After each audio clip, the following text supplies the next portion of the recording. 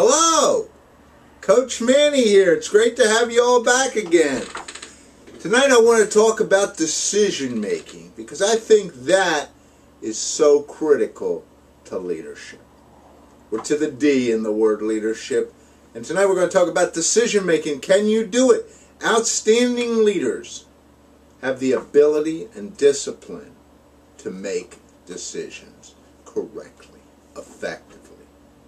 One of the big problems with most people is that as you grow in an organization or as your company grows, decisions become more important. They affect more people. You have less information and you have less time. And that's the bottom line why most middle managers can't get up in most organizations, because they can't do that. They can't make decisions the way they need to. How many times have you been in a meeting where everyone's discussing an issue, but no one's stepping up to the table willing to make the decision? Everybody can talk about it, but who's going to make a decision? Outstanding leadership requires the ability to make decisions, the willingness to put this thing, your neck, on the line, and the courage to stand up and make it happen. Many talk about it, but few can do it. That's why there are few outstanding leaders. But I know you guys out there and gals out there listening to me, you are on your way to being outstanding. Joyce Myers put it simply in her book, 100 Ways to Simplify Your Life. She says, you can't drive a parked car. Now, think about that. You see, God has only one gear, and that's forward. And sometimes we need to do something just to stop from continuing to do nothing. John Maxwell adds to it by saying, the number one characteristic of a good leader, the ability to make things happen. Are you making things happen? Can you make the decisions you need to? Risk. Are you putting your neck on the line? Are you willing to take the risk?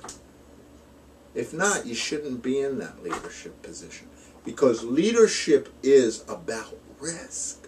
People with a low tolerance for risk shouldn't be leading.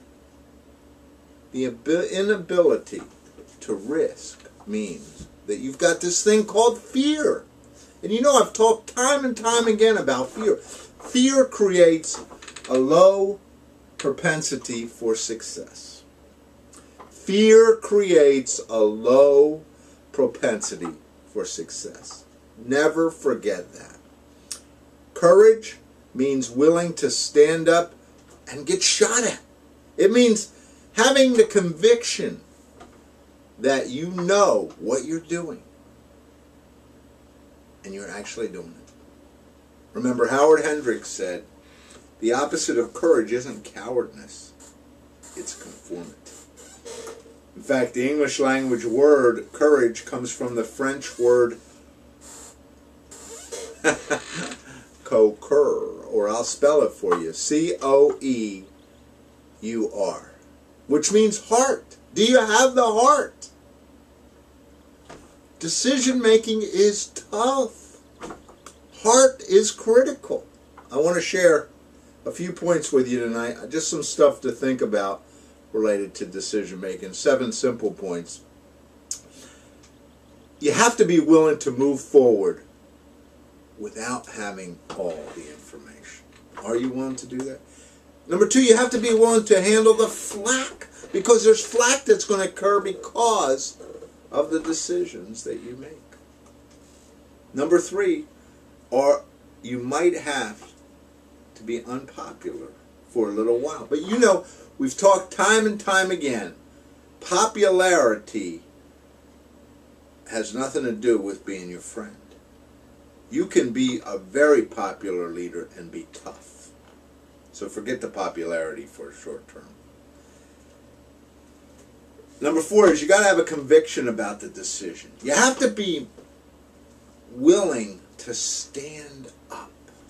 How many can stand up out there today? How many are willing to really take a position and stand up?